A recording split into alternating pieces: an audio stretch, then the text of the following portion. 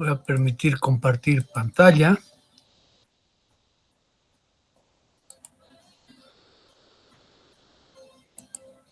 Díganme si tienen voz e imagen, por favor. Se ve claro y se nota, ingeniero. Muy bien, muchas gracias, muchas gracias. Buenos días otra vez más. Continuaremos nosotros con nuestra revisión de la teoría y de los conceptos que tenemos que tener. Bien, la anterior clase hemos revisado un poco la parte externa fenomenológica, si quieren ustedes, de la relación que se obtiene cuando se hace un ensayo de carga, cuando se externamente dice grafica el par de datos carga, la carga que podemos introducir por una cimentación, por una fundación al terreno, ¿no es verdad? Y los asentamientos que tenemos, ¿no? Y de hecho, algo muy interesante que tiene que estar claro en ustedes es de que no es una sola figura, ¿no? O sea, no es un solo fenómeno que vemos externamente, sino son diferentes fenómenos en función del comportamiento del suelo, en función del tipo de compactación que se tiene, granulometría, ¿no es verdad? Y vamos a tener diferentes fenómenos. O sea que, primera observación que debo hacerles, normalmente, en forma independiente del tipo de granulometría, de grado de compactación, o sea, los vacíos que tenga ese suelo, porque es un continuo que no es tan continuo el suelo, ¿no es verdad? Es un discontinuo, es decir, ¿verdad?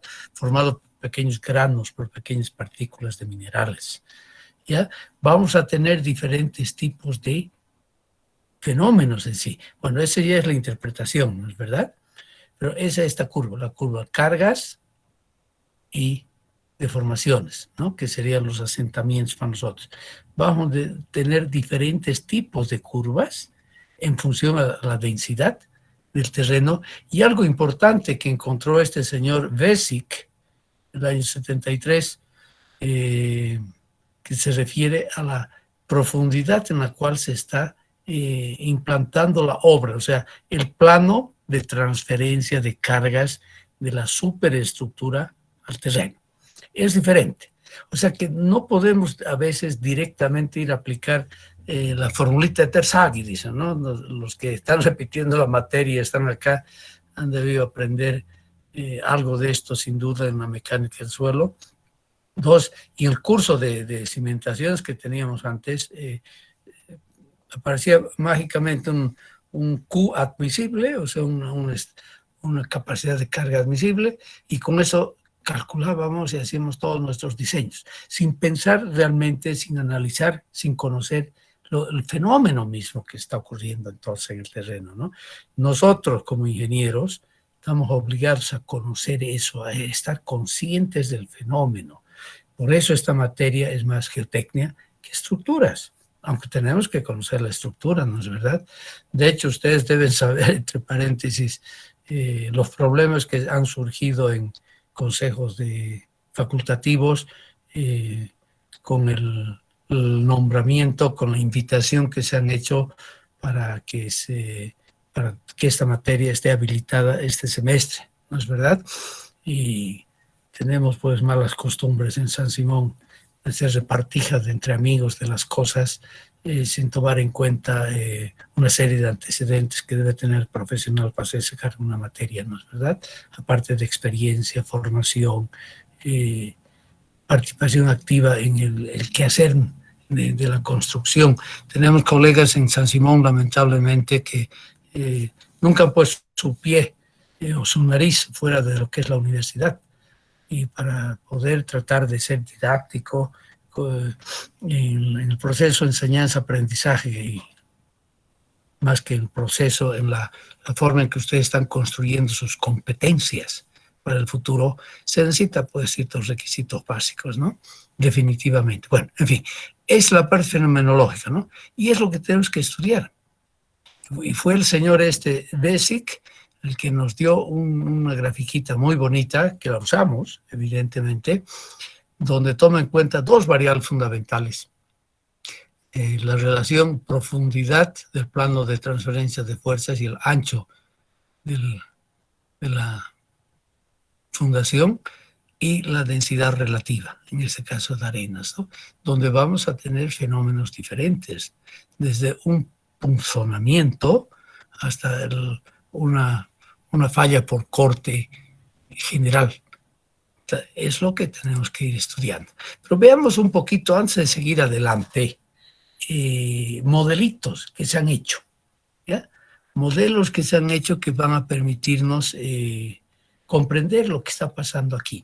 Y es lo que hay que simular, además, en los modelos que vamos a usar para hacer nuestros pronósticos. Y de hecho ya me adelanto a decirles que van a ver ustedes que no hay una sola teoría. Son varias teorías, varias fórmulas que se han ido proponiendo y que al final de cuentas nos ponen en una situación, yo diría, delicada, porque cada teoría, cada formulita y cada coeficiente y grupo de coeficientes que hay que usar nos dan resultados también diferentes y alguna vez resultados muy diferentes, ¿no es verdad? Ese es el problema.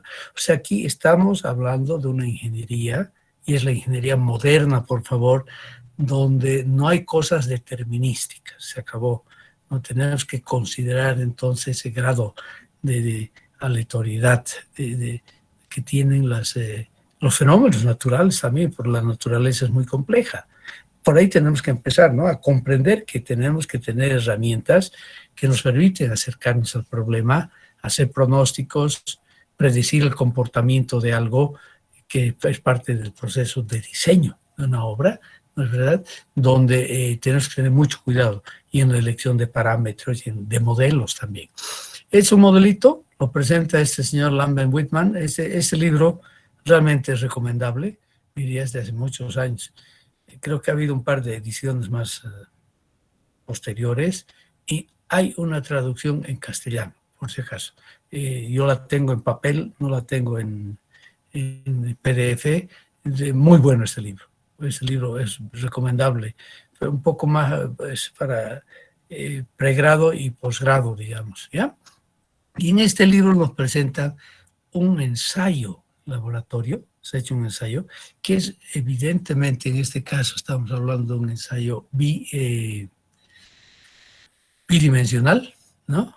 Estamos hablando entonces de una zapata corrida como tal, fuerzas, y aquí se pudo ver claramente cómo se ordenaron las partículas y que nos dan como resultado de falla, o sea, la formación de planos de deslizamiento aproximadamente de este tipo, ¿de acuerdo?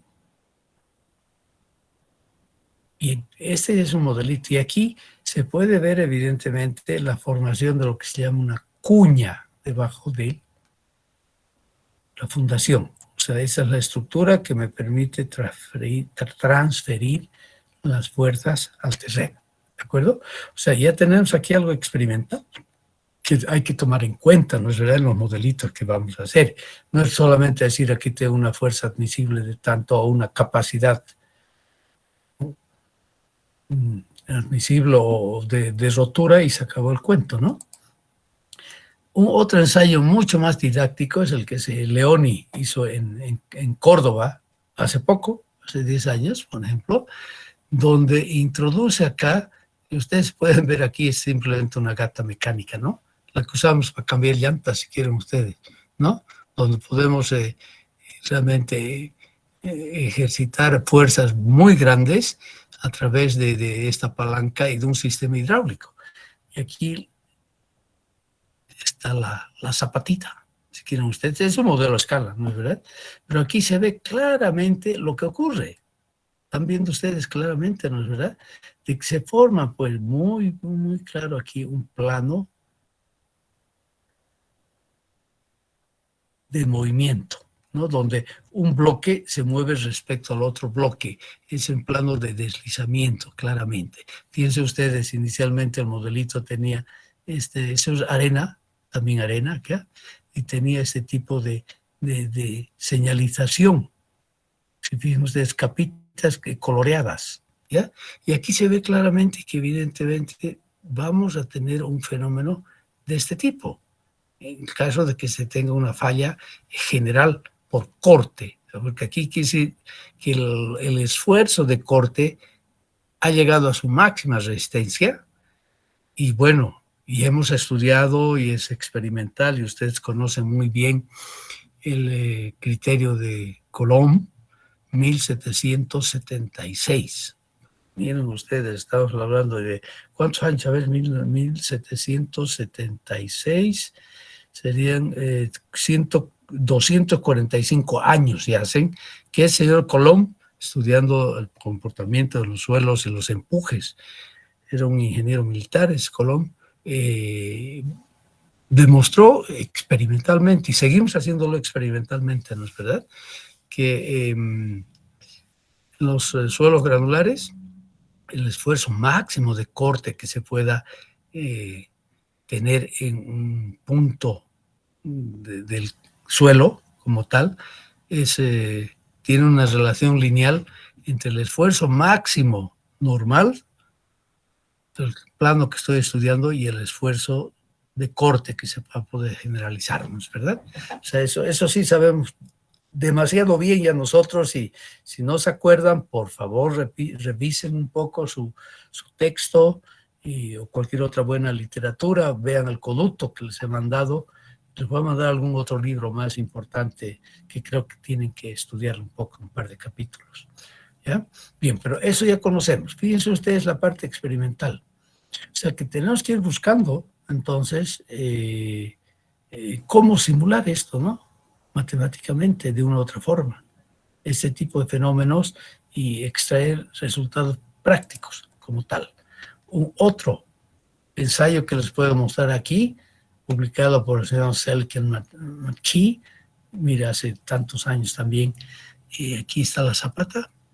Es todo un dispositivo acá, evidentemente, necesario para poder ejercitar esta fuerza, ¿no es verdad? Acción es menos reacción, eso sabemos. Y esta sería una zapata infinitamente rígida, muy rígida. Y fíjense ustedes acá nuevamente cómo se forman los planos de deslizamiento. Y aquí cuando tenemos una carga inclinada, y vemos aquí hay cierta simetría, ¿ven ustedes? O sea, a la izquierda y a la derecha, ¿no? Hay simetría en la formación de los planos de deslizamiento, que quiere decir colapso total, ¿no? Es un colapso total. El momento que hay muchos puntos en el terreno, ¿ya?, que llegan a su resistencia al corte máximo, ahí tenemos la falla total, donde va a haber ya grandes desplazamientos, porque un bloque se va a comportar prácticamente como rígido. Y fíjense ustedes, quiero que el concepto esté muy claro acá, porque lo vamos a usar enseguida cuando hagamos algunas interpretaciones y aplicación desde el punto de vista ya teórico, donde usamos las matemáticas, sobre todo. Fíjense ustedes que este bloque de acá se mueve, se desliza a lo largo de este plano de falla, ¿de acuerdo? Y que prácticamente los cuadraditos siguen cuadraditos, o sea que no hay deformaciones grandes, prácticamente es el movimiento de un bloque aquí rígido, ¿de acuerdo? Donde hay un movimiento de un bloque rígido, y aquí también se ve esto. Mire, la deformación está muy clara, es todo lo que se perturba, cae aquí en este plano de deslizamiento, ¿no es verdad? Bueno, eso es el fenómeno, lo que ocurre ahí abajo. Porque nosotros normalmente en los ensayitos de carga, digamos, tomamos esa fuerza, la dividimos por esa área, tenemos un esfuerzo, ¿no, verdad? Y vamos a ir midiendo todos los asentamientos del plano de transferencia de fuerzas, ¿no es verdad? Bien, y aquí fíjense lo que ocurre cuando la fuerza es inclinada. Ya no se tiene esta simetría izquierda y derecha de planos de deslizamiento, sino aquí solamente un plano de deslizamiento. O sea, resulta que además el plano de deslizamiento, el fenómeno que va a ocurrir, dependerá también de la inclinación de la fuerza. ¿De acuerdo? O sea que tenemos muchas más variables en el fenómeno que vamos a tener que ir tomándolos en cuenta en la construcción de la solución, digamos ya matemática, que nos permita hacer nuestras predicciones. Nosotros somos ingenieros, ¿no es verdad? Y verdad, es una profesión muy linda la que tenemos, porque estudiamos cosas que todavía no existen, pero que van a existir, que se van a construir, ¿no es verdad? Y es nuestra función, entonces, predecir esos comportamientos para darnos el grado de seguridad necesaria, cabalmente para cumplir con esas condiciones fundamentales que debe tener la obra, esta obra que nos permite transferir fuerzas al terreno. Y definitivamente estamos en la Tierra, tenemos una fuerza de gravedad, o sea, tenemos una fuerza de atracción, tenemos pesos, y esos pesos son los que generan, evidentemente, esas fuerzas, generan tensiones dentro de un determinado volumen del terreno, ¿no es verdad? Bueno, esa es nuestra tarea aquí en esta materia. O sea, olvídense de ser checking list engineers, ¿no? Olvídense de ser ingenieros de la lista y dice paso 1, 2, 3, 4, 5, lleno, y sin saber pensar, sin saber razonar, sin saber analizar, dice, este es mi resultado, y de aquí yo hago mi diseño y hago la armadura, si es una fundación, una cimentación de hormigón armado, que generalmente son de hormigón armado. Por eso vamos a dar énfasis aquí en esta materia. Y todo esto, además, en nuestra clase ahora, vamos a aprender también a calcular aplicando algún análisis numérico, con otras palabras, aplicando algún programa. Y sin duda vamos a usar elementos finitos. Ustedes si han estudiado algún programa, han aprendido a usarlo y tienen los conceptos básicos, espero, de lo que es el análisis numérico, ¿no? Lo que es cómo se construye un modelo de elementos finitos, aunque tengo entendido que como nuestro pensum está tan elaborado un poquito una noche después de una fiesta muy linda, para mí por lo menos, que hay algunas materias que están muy al final y materias que deben conocerlas ya en el quinto, sexto semestre, conocimiento que deberían tener, recién creo que se lo ve el octavo, noveno semestre. Nuestro plan de estudios es malo, eso les debo decir, y hay una autorización. Ayer me comunicaban que nos han autorizado ya entrar a trabajar intensamente con orden desde arriba de las autoridades universitarias, es revisar en forma lógica y coherente el plan de estudios y además el contenido de cada una de las materias, con la esperanza de que podamos modernizar, adaptarnos al estado de conocimiento que tenemos ahora, como llamamos en la lengua inglesa, se habla del estado del arte, ¿no es verdad? Pero el arte en todo, arte no es una brocha o una guitarra, en ese sentido, arte es el estado del conocimiento, toda la doctrina que se ha ido haciendo en este campo. Fíjense, aquí encontramos nuevamente, entonces, una variable más, ¿no?, que tenemos que tomar en cuenta. Una tesis doctoral del año 72 en la Universidad Técnica de Berlín. Han hecho todo un estudio acá, de una zapata, en arena también, ¿no? Y claro, han preparado muy bien el terreno y han dejado de que aquí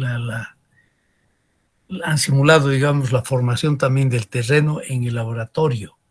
Aquí estaba la zapata. Eso ya han limpiado naturalmente para poder estudiar qué había pasado. Han hecho un corte aquí y fíjense ustedes cómo se pinta una belleza. Por verdad es único. Para mí ese trabajo de este Musenweiss ha sido único para mí. Y un trabajo muy grande donde ha habido un buen financiamiento además, ¿no? Es otro problema que tenemos en la Universidad Boliviana y San Simón en particular, que nunca hay dinero para nada. No se olviden que del presupuesto de San Simón gastamos el 90% en la planilla de pago, o sea, lo que llaman el ítem 100. Los contadores, ustedes ya han hecho seguramente alguna materia de administración de proyectos y contabilidad, ¿no es verdad? Fíjense aquí entonces cómo se nos forma aquí muy bien el plano de deslizamiento. Y es el bloque superior que se ha movido prácticamente en forma rígida, ¿no es verdad?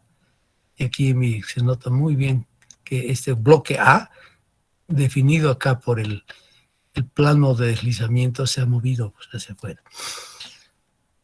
Antes de limpiar todo esto, es lo que se veía en el ensayo. Fíjense ustedes entonces que, claro, un gran movimiento, y aquí está apareciendo el plano de deslizamiento, o sea, este punto de acá, ¿no? Antes de que se retire todo este material para poder estudiar, realmente tener la verificación experimental de la formación de esos planos de deslizamiento. Y aquí tiene el corte, aquí una impresión ampliada de esa parte. Fíjense ustedes cómo se ha podido encontrar claramente y se ha visto. En fin, tenemos suficientes entonces evidencias experimentales de lo que está ocurriendo aquí en una cimentación de ese tipo, ¿de acuerdo? Hay datos, ¿ya? Pero ahora algo más, antes de continuar, después de empezar a teoretizar, o sea, de idealizar las cosas, aquí les muestro resultados de ensayos que hizo este señor Kezdi, Arpad Kezdi, es un profesor húngaro que ha escrito un manual muy lindo de mecánica del suelo, ¿ya? Y con diferentes formas en planta de la cimentación. Y fíjense lo que este señor ha encontrado. Son modelitos a escala, debo decirles, ¿no? Eso es básicamente en arena, con la cohesión muy baja. O sea, básicamente aquí estamos trabajando con un material, un suelo que debe su resistencia sobre todo al ángulo de flexión interna como tal. Pero fíjense aquí, cuando se tiene una sección circular como zapata, ¿qué es lo que ocurre? Aquí tiene que haber planos y si hago un corte aquí, imagínense un corte aquí, ya vertical, va a haber entonces la formación en plano parecido a lo que acabamos de mostrar acá. Pero resulta que el fenómeno además es tridimensional. Uy, uy, uy. Y aquí se nos acaba el latín, como se dice, ¿no? O sea, se nos acaba el conocimiento porque muchos de los modelitos que hacemos son bidimensionales, 2D. O sea, los simplificamos tremendamente. O sea, estrictamente hablando en los modelos, y es lo que hizo Terzaghi también, ya vamos a hablar de él con suficiente detalle, y trató de resolver el problema bidimensional analizando una fundación, una zapata corrida, ¿no es verdad? O sea, longitudinal, donde la longitud es muchas veces más grande que el ancho de la zapata. Pero en la realidad no es así, ¿no? En la realidad tenemos muchas zapatas llamadas aisladas que van a tener diferente forma. Puede ser un círculo, acá, fíjense, ¿no? Y que esta, por ejemplo, la fundación que tendríamos que aplicar para una torre eólica, para un mástil donde vamos a poner todo el sistema de generación de energía eólica, toda la hélice ahí arriba, ¿no es verdad? O una zapata rectangular o cuadrada en este caso, y fíjense ustedes cómo al presionar aquí, voy a medir evidentemente un asentamiento, se ve claramente que aquí se ha hundido ya la obra, y ese es el fenómeno que ocurre. Parece un trébol de 4 hojas, si quieren ustedes, y hay cierta simetría, ¿no es verdad? Respecto a los lados. ¿Mm? Ok. Este fenómeno tridimensional también tenemos que tomarlo en cuenta de una u otra forma, ¿no es verdad? O sea, la forma de la zapata es también muy importante, entonces, para definir cuál va a ser la fuerza aquí, o sea, el esfuerzo último, el esfuerzo de falla o de rotura como tal. Fíjense lo que ha ocurrido al hacer el ensayo con una zapata que tiene una forma en planta de un triángulo isósceles. Fíjense, ¿de acuerdo? Bien, Y finalmente, el último caso de ensayitos que hizo el señor Kesdi en su laboratorio.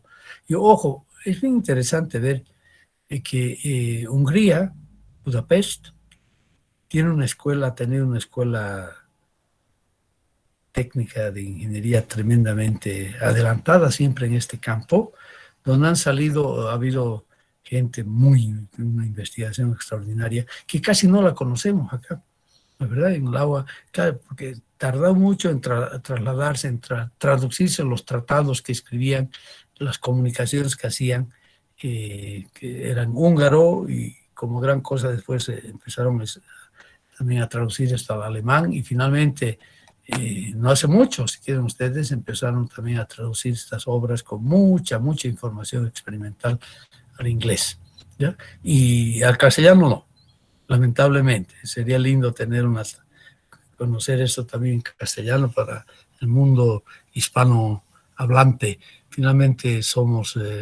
nosotros pertenecemos a un grupo de la humanidad que usa el castellano, que lo llamamos español, pero bueno, castellano viene del origen, es la lengua que usamos, en la que pensamos, en la que sentimos, ¿no es verdad? Viene de Castilla, que ha sido el idioma dominante de toda la península ibérica y también de todos los lugares que nos subieron los señores españoles de conquistadores, si quieren ustedes, nos transmitieron el idioma. Es una realidad, ¿no es verdad? Bueno, este idioma es el quinto más hablado del mundo, ¿no? Con más de 500 millones de hispanoparlantes. ¿Ustedes saben cuál es el idioma más hablado del mundo? Definitivamente es el inglés, entre otras cosas, el inglés mal hablado también, que grosso modo lo usan ahorita más de 1,4, 1,5 billones de habitantes, 1.500 millones de habitantes. Y el segundo, el chino. Bueno, podríamos suponer, ¿no? Los chinos son ahorita aproximadamente 1.420, 1.430 millones, 1.430 millones de habitantes. Entonces pueden suponer que sea el chino, ¿no? Pero nosotros estamos de quintos. Después, por ahí abajo, de cuarto está el hindú. Bueno, es bueno saber eso, ¿no? Que nosotros pertenecemos a un mundo de idioma, un grupo muy importante de la población. Y aquí finalmente, fíjense ustedes, una zapata corrida, si quieren ustedes, ¿no? Donde aquí lo que hemos visto hace un momento es un corte por acá, digamos, ¿no? En algunos ensayos, cuando se hacen ensayos bidimensionales como tal. Y fíjense lo que ocurre entonces, ¿no? O sea, aquí parece que estaría hundido, pero no es que está hundido, que está salido, ha brotado. Aquí hay una diferencia de altura. Esto se hunde y esto sube hacia arriba, ¿no es verdad? Hay un movimiento ascendente, que es todo el material. O sea, tenemos suficiente información, digamos, experimental que nos permite comprender el fenómeno, ¿no es verdad? Cualitativamente, descriptivamente, ¿ok? Ahora, pasemos un poquito a ver cómo vamos a ir a concebir poco a poco todo este fenómeno. Aquí me adelanto un poco a un estudio, el primer estudio que se hizo en el año 1920. Y esto viene de la publicación original, por si acaso. Miren, el hecho de que acepté dar esta clase, poder estar con ustedes en este campo importante de la ingeniería civil, me ha permitido hacer una investigación bibliográfica. Quería saber más, ¿verdad? Para no contentarme con repetir como loro lo que está en algún manual. Pues el coducto, que es bonito, bien didáctico, pero no es suficiente. Yo soy de la opinión que el profesor tiene que enseñar lo que no está en los libros prácticamente, ¿no es verdad? Es la función del profesor, guiarlos en esa construcción del conocimiento, ¿no? Que redunda finalmente en el desarrollo de competencias que tienen que tener ustedes. Bien, resulta que investigando entonces me topo, entre otras cosas, con un par de publicaciones muy buenas de un joven profesor holandés, un ingeniero que hace sus investigaciones en Holanda, en Delft, y actualmente está de profesor en la Universidad de Luxemburgo, profesor de fundaciones, de cimentaciones, y encuentro de que este problema fue tratado por primera vez, la publicación, la seminal, la primera que se tiene, es por ese Ludwig von Prandtl. Y este señor von Prandtl es muy conocido en la parte aerodinámica, sobre todo. Son investigaciones que él ha hecho sobre el movimiento de flujos supersónicos y teorías que ha desarrollado, que todavía sigue siendo la base para el diseño de aeronaves y de cohetes y qué sé yo, ¿no es verdad? Y él estudiaba este problema, nada que ver con la geomecánica ni con los suelos, sino lo que él estudió era cuál es la dureza de un cuerpo con comportamiento plástico. Porque en esa época se estaba desarrollando todo lo que era la teoría de la plasticidad, ¿no? Antes ya se había desarrollado siglo XVIII, XIX, teoría de la elasticidad, que ustedes ya deberían dominarla, pero se me hace que ese curso que mecánica del medio continuum lo tienen después de esta clase, que tengo entendido. Una lástima, pero necesitamos los conocimientos de la teoría de la elasticidad para resolver nuestros problemas en la geotecnia, ¿no es verdad? Y como también de la plasticidad. Me va a permitir seguramente una clase de introducirles a ustedes un poquito algunos conceptos de lo que es la plasticidad, para que, como concepto, ¿no? Para poder simular adecuadamente el comportamiento de una serie de materiales. ¿Ok? Ok.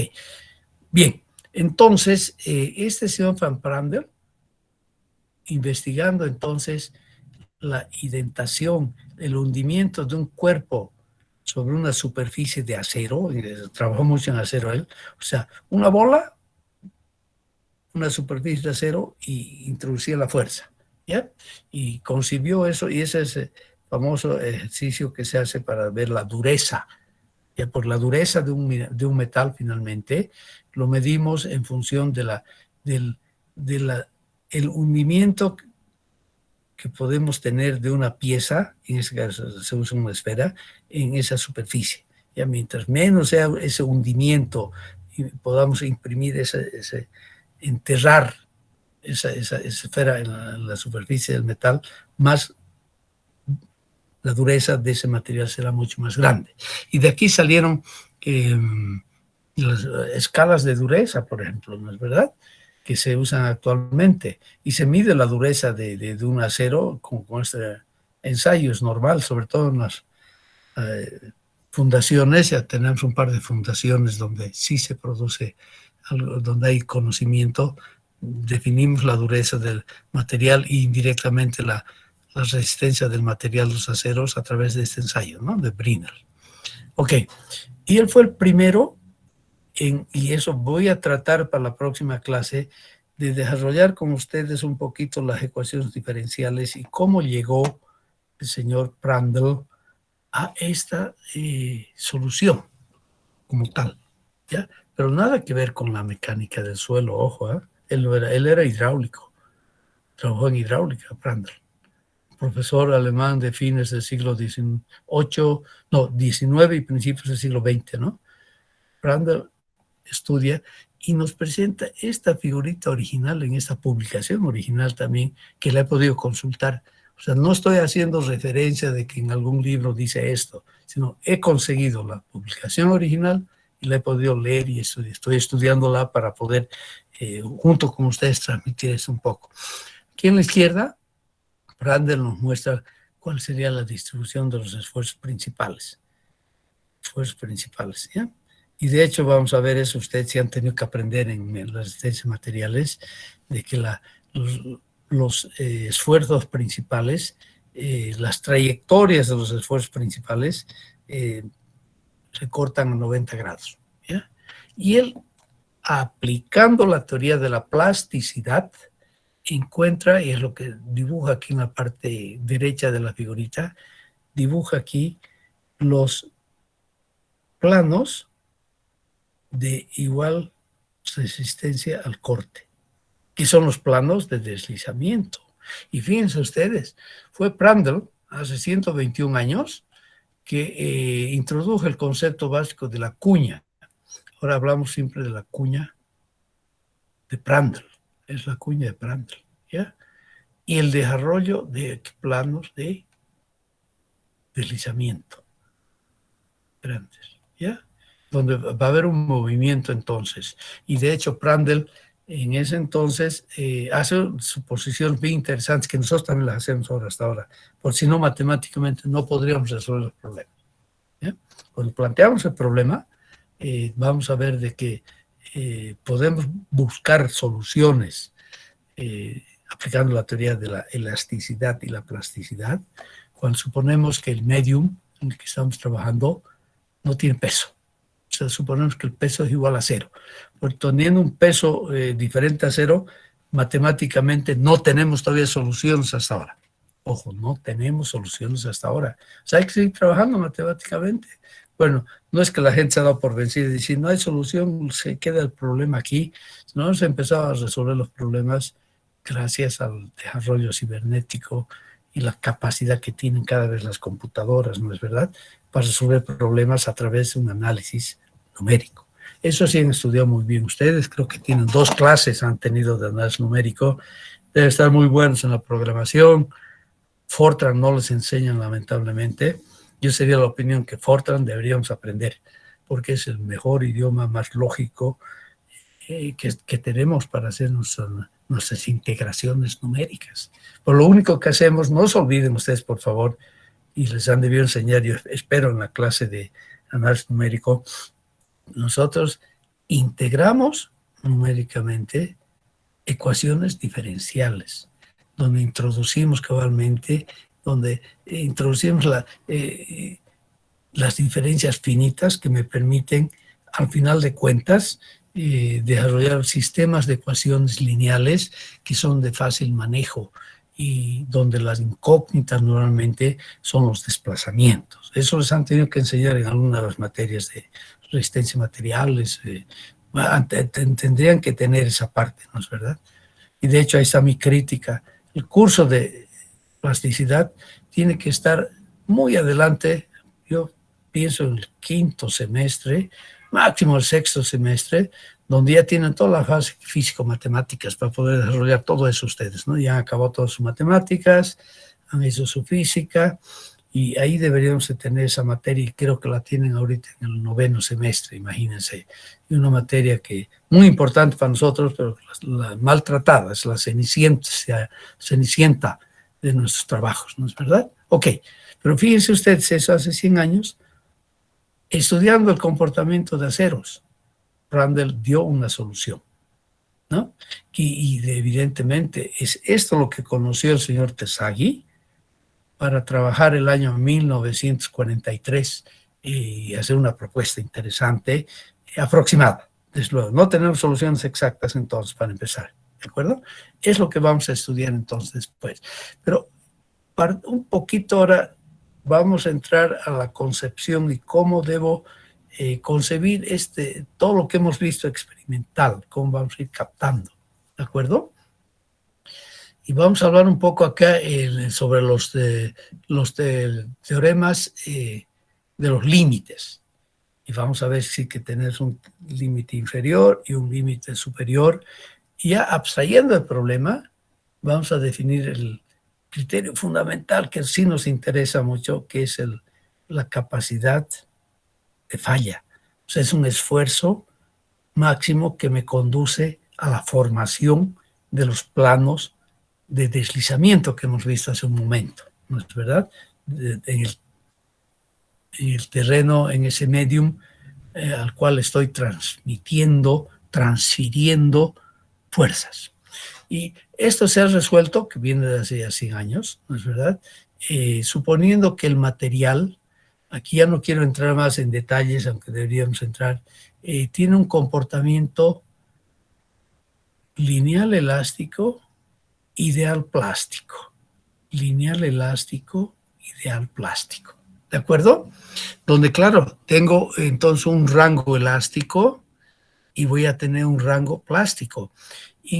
¿Cómo se caracteriza ese comportamiento elástico, lineal elástico? Es con la ley de Hooke, que ustedes ya la conocen, ¿verdad? Claro, que aquí ya lo he escrito tensorialmente.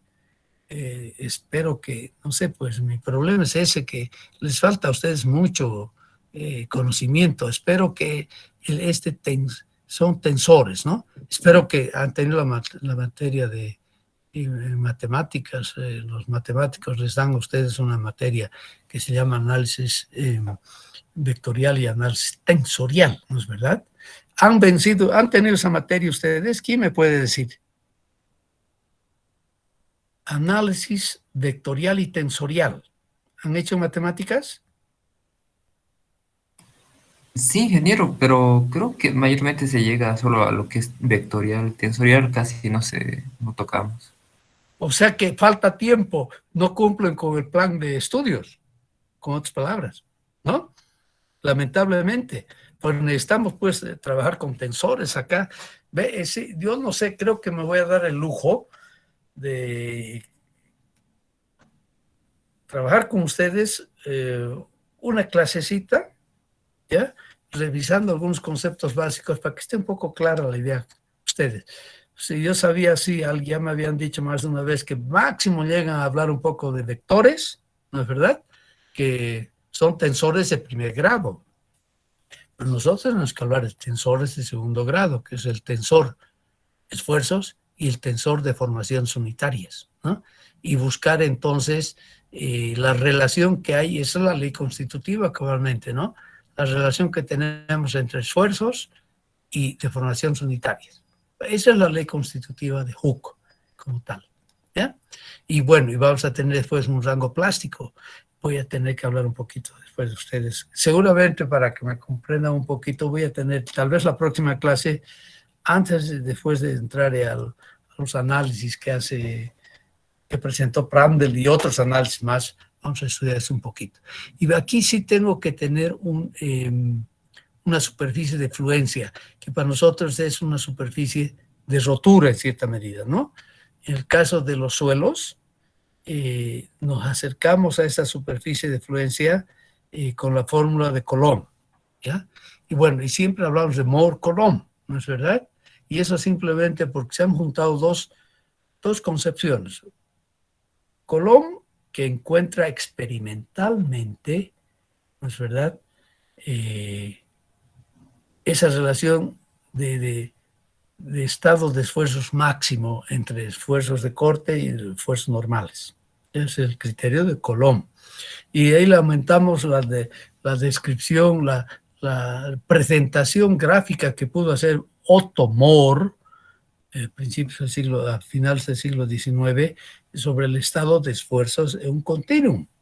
Y de ahí aparecen los famosos círculos de Mohr, ¿no es verdad? Y la representación de un estado de esfuerzos en un determinado punto en el continuum, ¿ya? Bien, este criterio de rotura, o de fluencia, como lo llama acá, que sería rotura, nos define físicamente la posibilidad de combinación de esfuerzos en un continuo. Y finalmente lo que ustedes conocen y hemos visto varias veces con una abscisa sigma n y ordenada tau p, ¿no? Que ahí aparece una línea que es la línea de Coulomb. ¿Ah? Eso lo transformamos en un campo de esfuerzos principales, sigma 1, sigma 2 y sigma 3, y me va a definir entonces un cuerpo en este espacio. Ojo, el que aquí tenemos que aprender a tener esa capacidad de abstracción también. Siempre nos han enseñado coordenadas cartesianas, ¿no es verdad? Para eso ustedes son muy buenos, porque todo hemos representado matemáticamente y en la física también, ¿no? Con X, Y y Z. O sea, para representar un punto en el espacio decimos, bueno, ¿cómo lo voy a representar?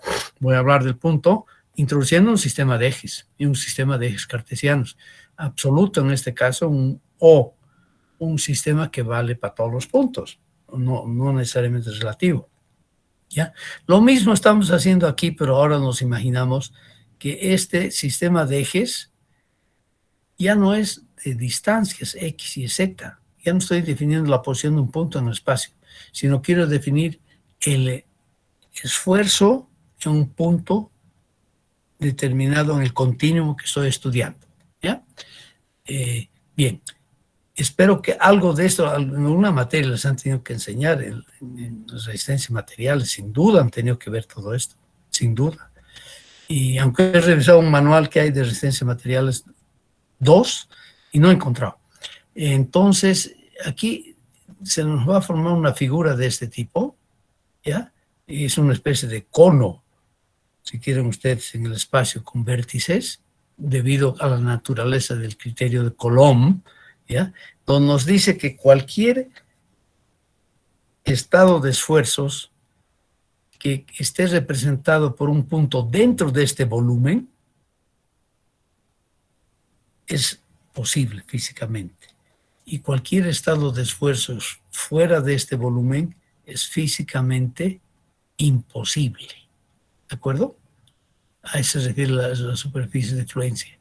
Y aquí se introduce ya es toda la abstracción que se hace en este campo desde el punto de vista matemático sobre todo, y se define un potencial plástico. Es una función, son funciones, ¿verdad? Es una función del estado de esfuerzos por coeficientes del material, ¿no? Es epsilon y son coeficientes del material. En este caso, para Coulomb es C y phi. Y vamos a definir además un potencial plástico para calcular las deformaciones plásticas.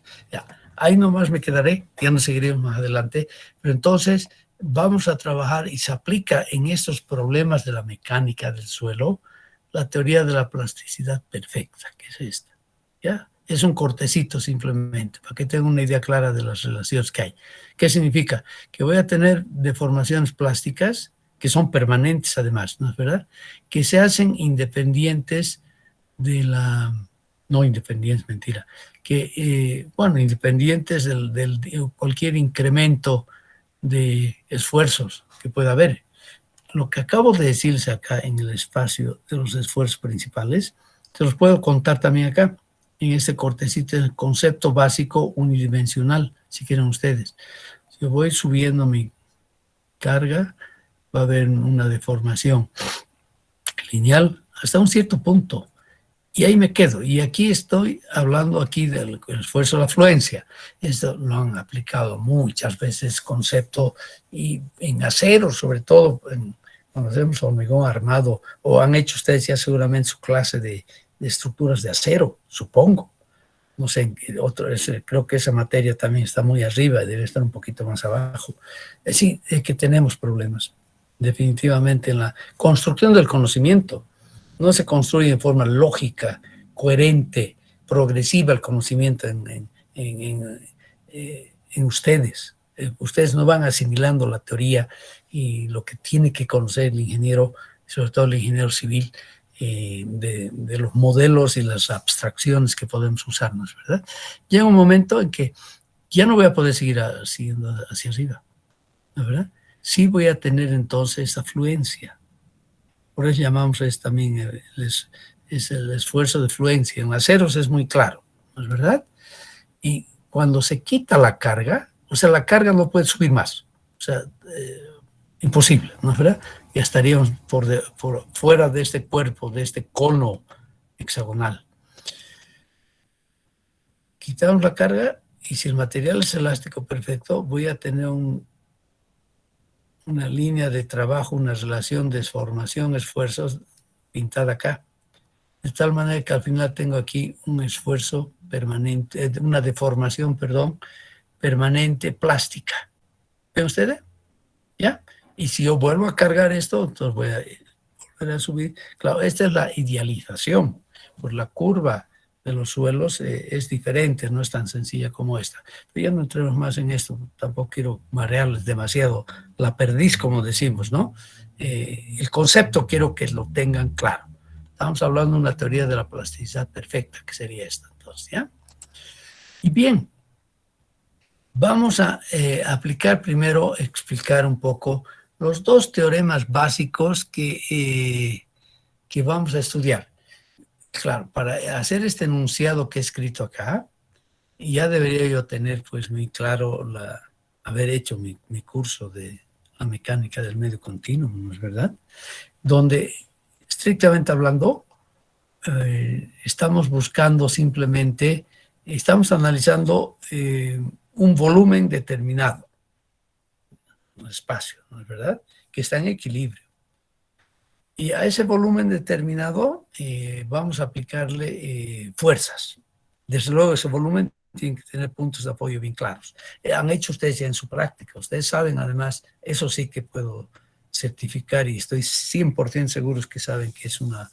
tiene que haber apoyos, ¿no es verdad? Tiene que haber cualquier estructura, cualquier volumen que analicemos, tiene que estar en equilibrio. Y eso significa que tienen que haber puntos de apoyo bien claros y definidos de esa obra para que sea estable, si no, no puede ser estable, ¿no es verdad? Definimos eso. Aplicamos cargas, o sea, solicitamos ese cuerpo con cargas puntuales, cargas distribuidas, cualquier carga que usted quiera hacer. Y lo que tenemos que hacer es encontrar los campos, o sea, son funciones de distribución de esfuerzos y deformaciones dentro de ese campo.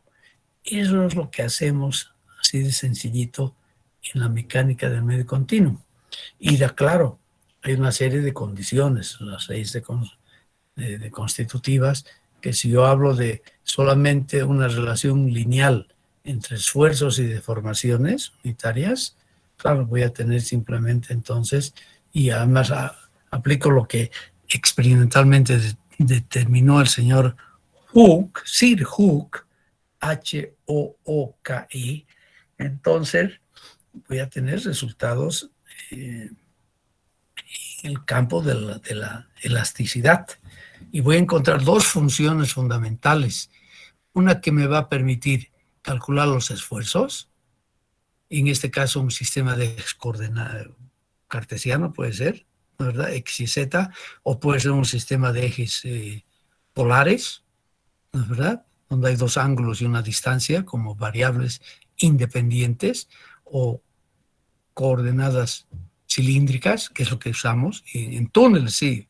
Cuando yo veo la clase de túneles en la materia que alguna vez van a tener ustedes pronto conmigo, tenemos que introducir todos esos conceptos, porque nunca los han visto.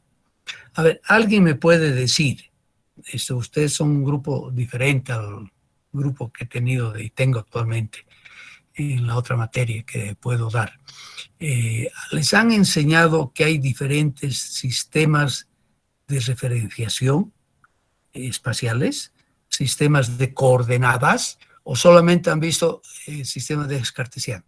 ¿Les han enseñado sistemas de ejes polares? ¿Sistemas de ejes cilíndricos? ¿Quién me puede decir?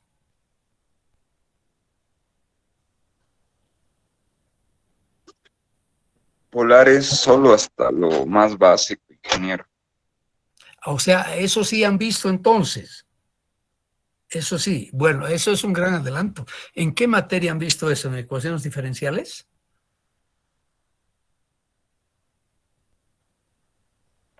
Sí, ingeniero. Eso da el ingeniero, el licenciado Hans Müller, ¿no? Hans Müller Santa Cruz. ¿O quién les da esa clase? En mi caso fue el ingeniero Romero. ¿Quién? ¿Mauricio Romero? Creo que sí, no recuerdo bien su nombre, pero era el ingeniero Romero. El ingeniero Romero del Laboratorio de Hidráulica.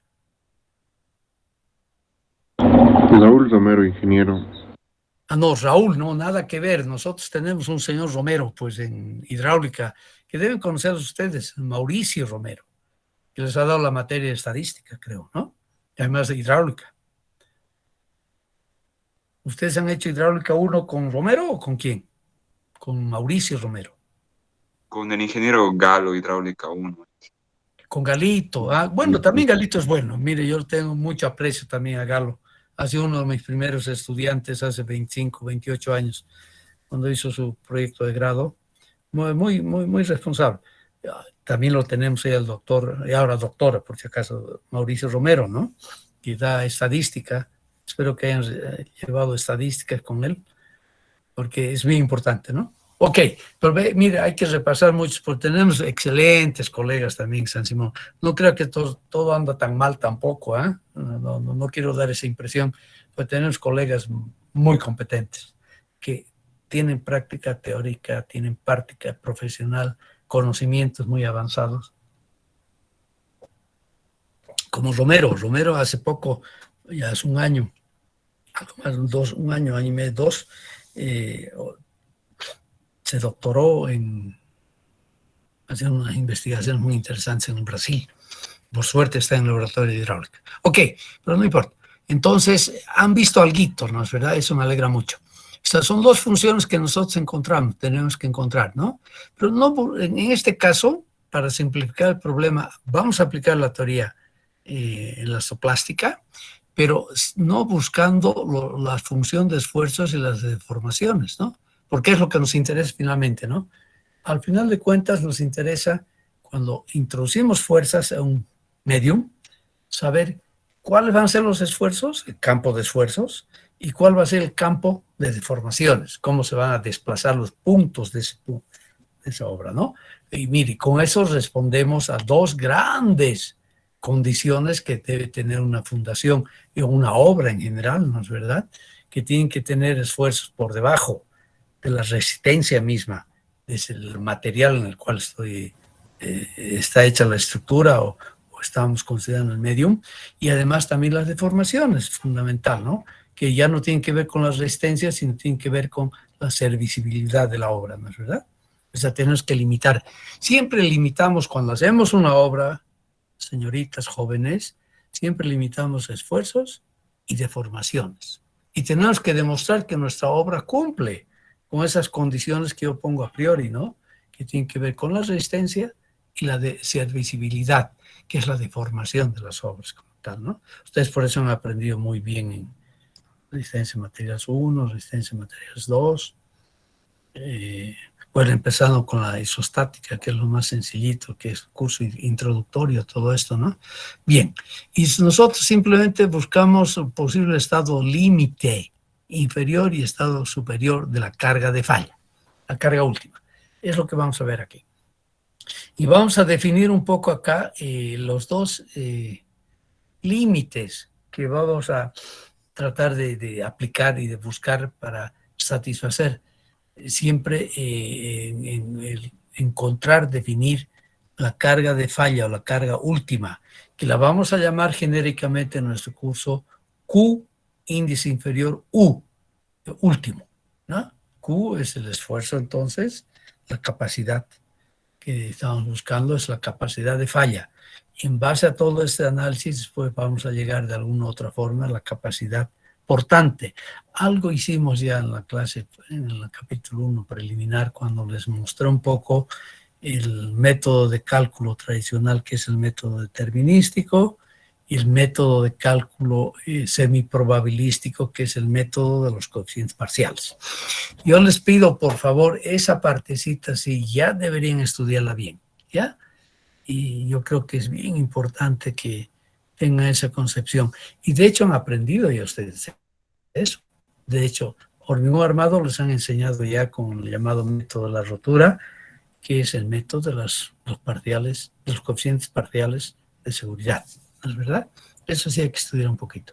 Bien, ¿cuál es el teorema del límite inferior o a qué debe satisfacer ese teorema? El sistema de equilibrio, un campo de fuerza admisible, se llama, ¿no? Sistema en equilibrio. Debe satisfacer a estas tres condiciones, ¿ya? Y eso vamos a aplicar enseguida. Condiciones de equilibrio en cualquier punto del continuo estudiado, ¿no? O sea, cualquier punto que estamos estudiando debe estar en equilibrio, ¿ya? Se deben satisfacer las condiciones de borde de los esfuerzos. Eso que significa entonces que son cargas y puntos de apoyo. Hay condiciones de borde. Cuando resolvemos un problema, tenemos que definir muy bien las condiciones de borde, ¿no es verdad? Eso, ustedes han tenido ese concepto básico ya. Cuando ven isostática, hemos estudiado para empezar lo básico, una viga simplemente apoyada, ¿no? O sea, una estructura que tiene una carga perpendicular a su eje principal, una viguita, que es el elemento básico que tenemos de análisis, ¿no es verdad? Hay dos puntos de apoyo, A y B. Acuérdense muy bien para que la obrita esta, la viguita esta sea isostática. Entonces nosotros definimos las condiciones de borde, no solo de esfuerzo, sino también de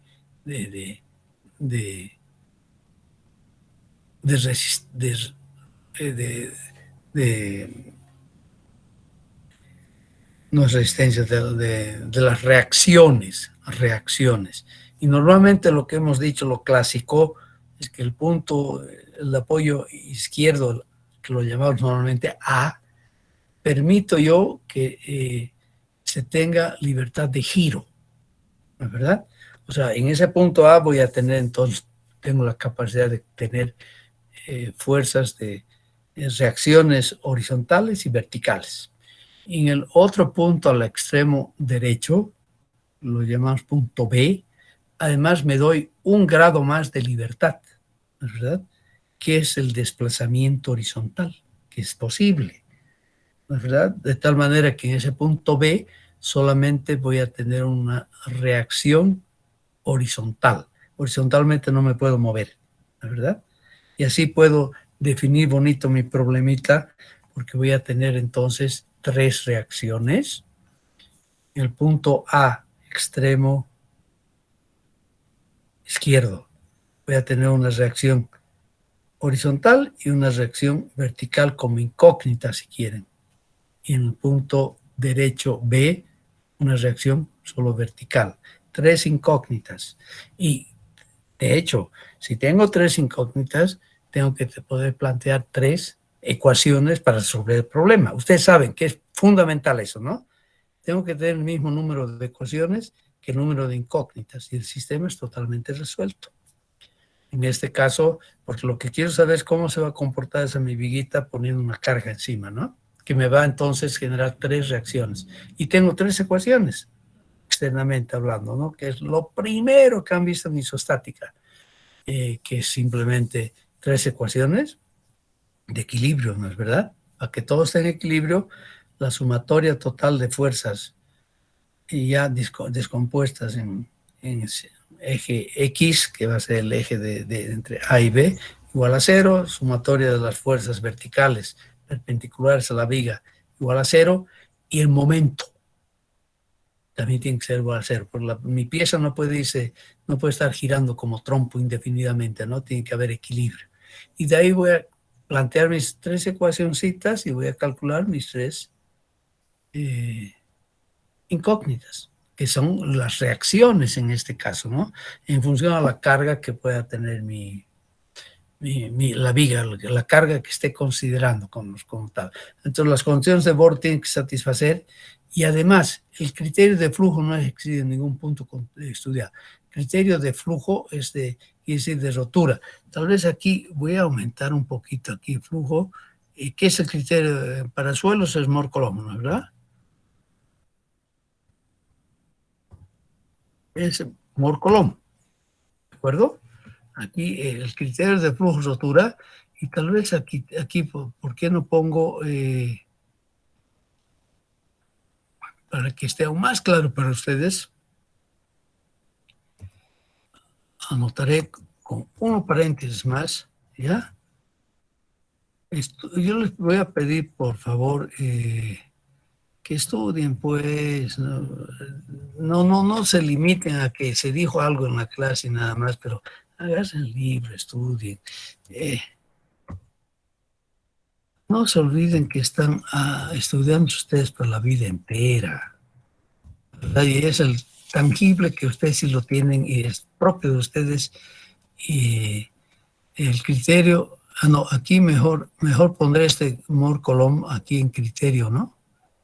No, está bien así. Espero que esté claro. ¿Ya? Vamos a satisfacer estas 3 condiciones. Y para el teorema del límite superior, fíjense, aquí estoy hablando de un sistema de equilibrio, un campo de fuerza admisible, sistema de equilibrio.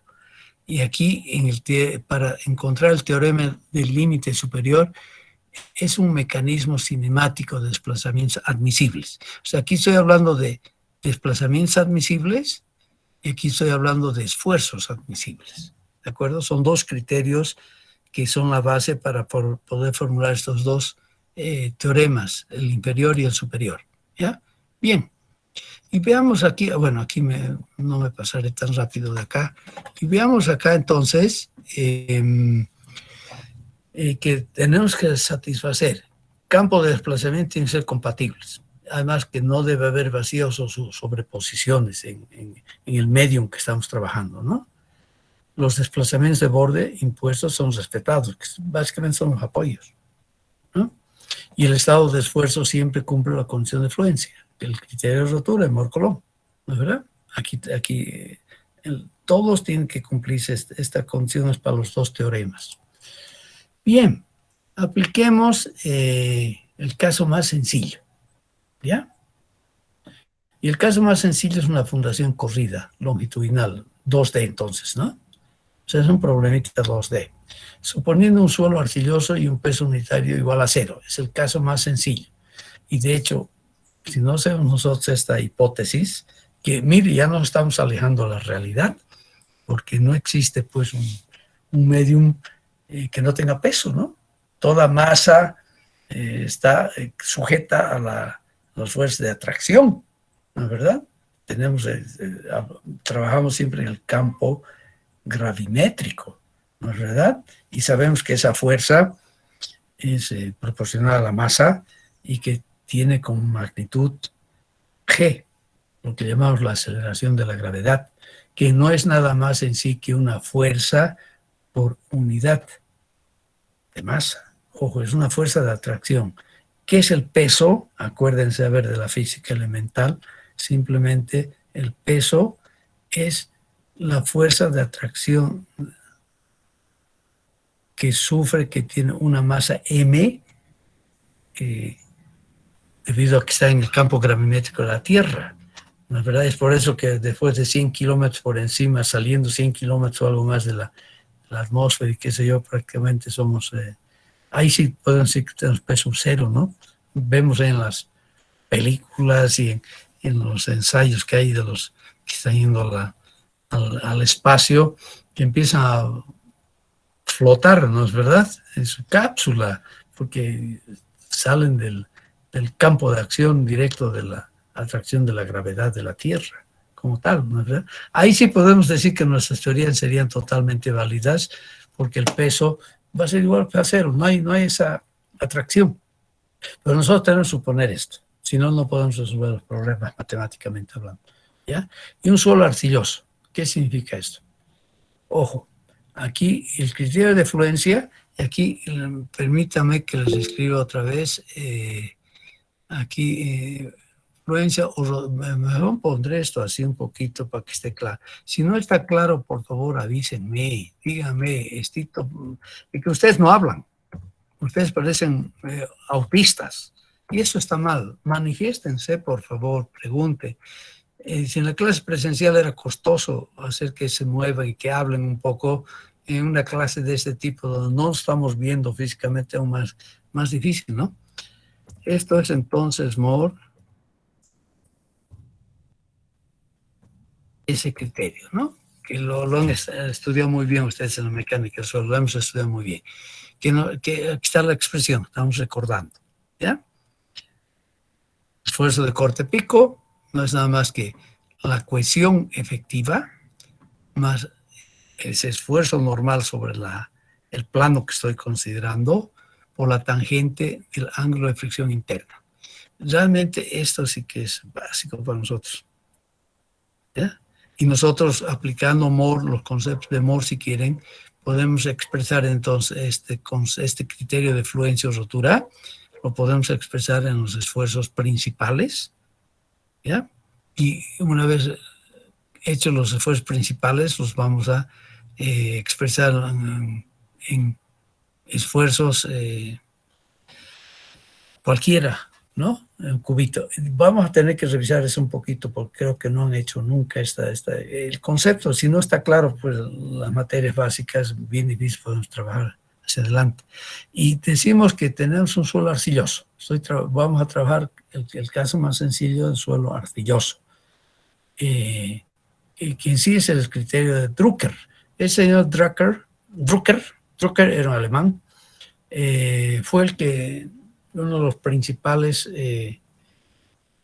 desarrolladores, llamemos así, de la teoría de la plasticidad. Trabajó mucho en este campo de la plasticidad, el señor Drucker, en esa concepción que tenemos, en la abstracción que hemos hecho, para poder cabalmente, él trabajó mucho en aceros, ¿no? Donde se tiene muy claro y bien definido el comportamiento plástico, ¿no?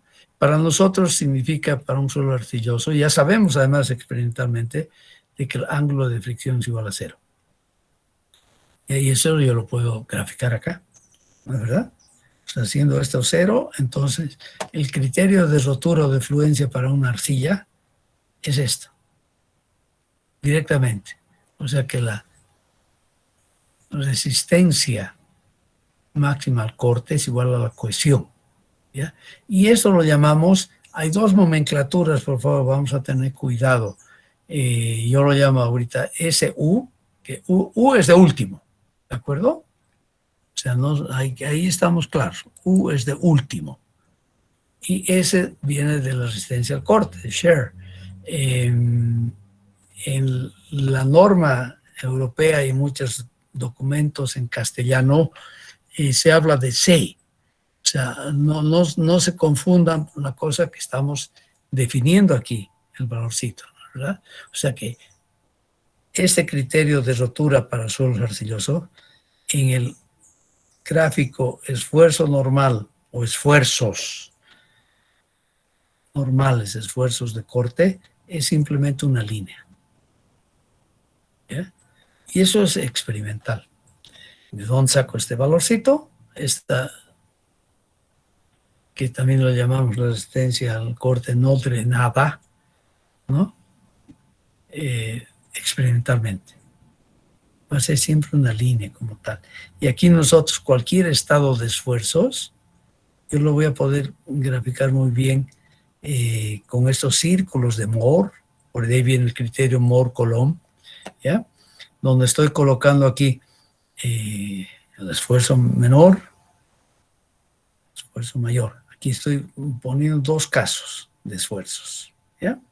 Esfuerzo menor, esfuerzo mayor, que me da entonces el círculo de Moore.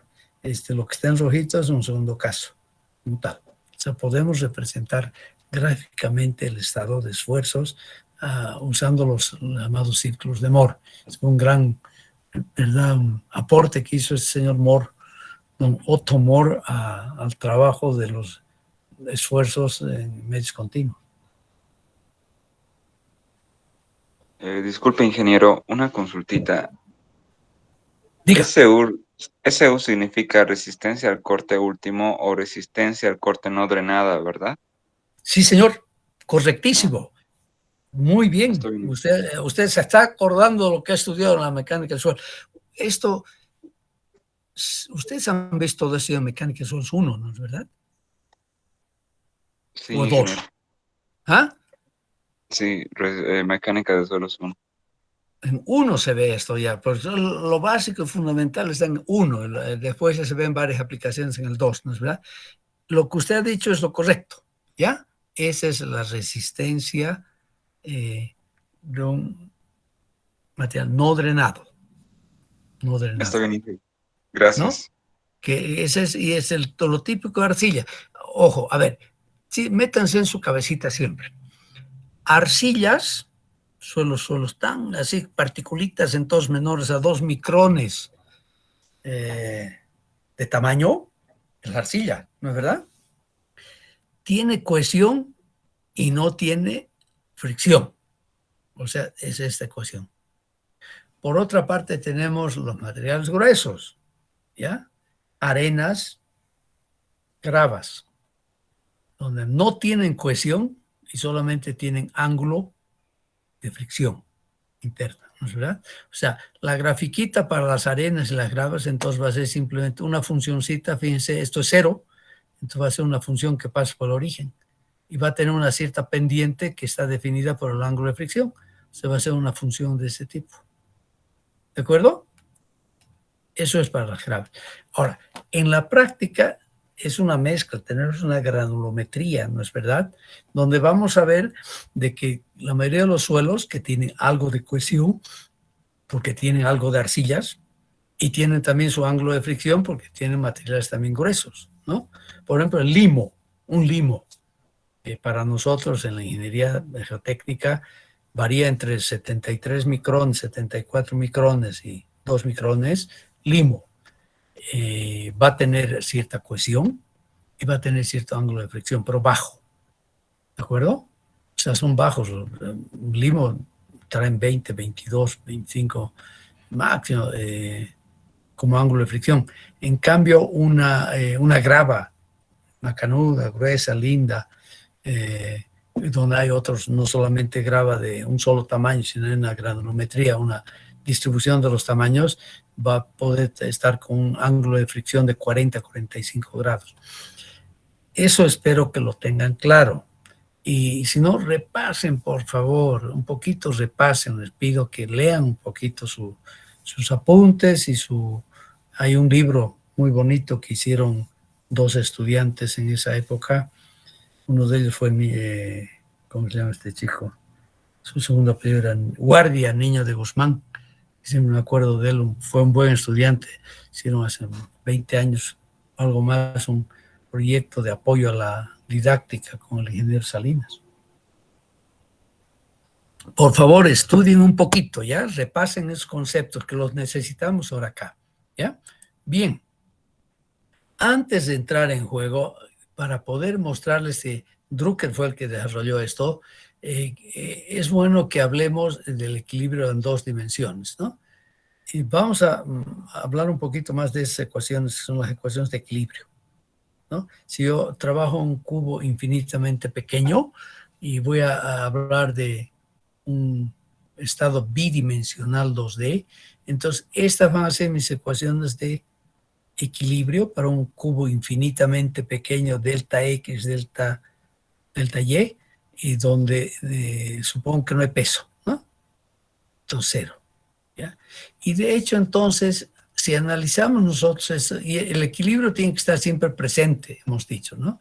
Y si nosotros analizamos un poco aquí está entonces X y Z, los ejes, ¿verdad? Ya no los he dibujado acá, X y Z los ejes, ¿ya? Y veamos estos 2 bloques por separado. Vamos a ver de que siempre vamos a estar en equilibrio, cualquiera sea la función que tenga de la componente de los esfuerzos normales en la dirección X, en el plano X y dirección X, es ¿no? Plano X, dirección X. Eso les han tenido que enseñar seguramente cuando hacían las ecuaciones diferenciales como tal, ¿no? En sistema de ejes cartesianos, ¿no? ¿Ya? Entonces, siempre voy a cumplir el esfuerzo, siempre, cada uno de los bloques que tengo aquí, el 1 y el 2, van a estar siempre en equilibrio, porque sus diferencias parciales van a ser siempre iguales a 0. ¿Ya? O sea, voy a cumplir siempre el equilibrio acá. Y esto es lo que vamos a aplicar para ver nuestros teoremas de límite inferior y límite superior. Y aquí voy a tener entonces un plano donde evidentemente los esfuerzos de corte van a ser igual a 0, ¿no? Porque yo veo este bloque 1 con estas fuerzas externas que he dibujado acá, ¿ya? Donde aquí hay un brinco, ¿no? Aquí del sigma ZZ, aquí tengo un brinco grande, este sigma ZZ, que es el esfuerzo entonces en el plano Z, en la dirección Z. Aquí tendría que dibujar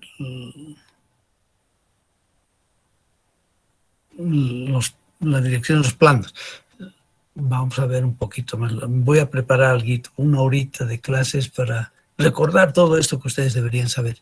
Y si no vieron nunca, ahora vamos a ver, pues entonces, ¿ya?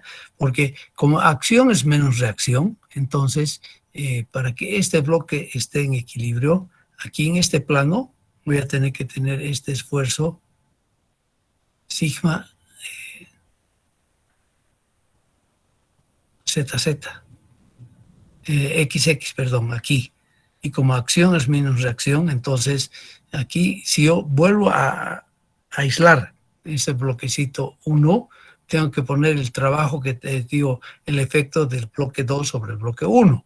Voy a tener que poner aquí una distribución de estos esfuerzos acá también, ¿no? De tal manera que siempre esté en equilibrio en esta dirección y también en esta otra dirección.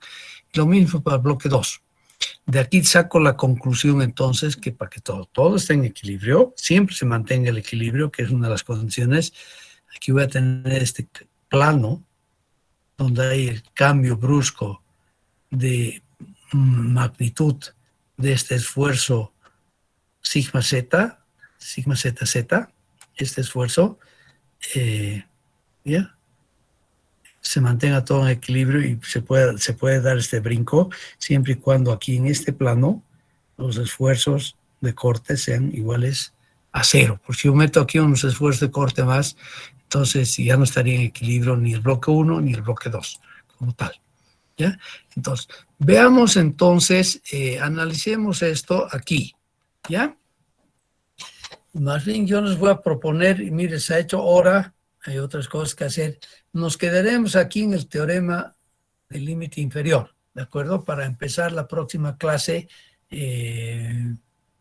a partir de aquí, ¿ya? Hay algunas preguntas ahorita, ¿quieren saber algo más? ¿En qué puedo serles útil? De eso se trata. Yo estoy a disposición de ustedes. Con la premisa, no se olviden nunca, el profesor tiene que participar a ustedes muchas cosas que no están en los libros, que se omiten por X o Z razones, faltan más aclaraciones, porque a decir verdad, si todo estuviera en los libros, deberían ser autodidactas, deberíamos ser totalmente autodidactas, ¿no? Con eso estaríamos tranquilos y felices, ¿no? Pero no es así, ¿no? Mi misión es, yo veo así, mi misión es conversar con ustedes, participarles en este modus operandi que no es nada, yo diría, fácil, y todavía no conocemos cuál es realmente la...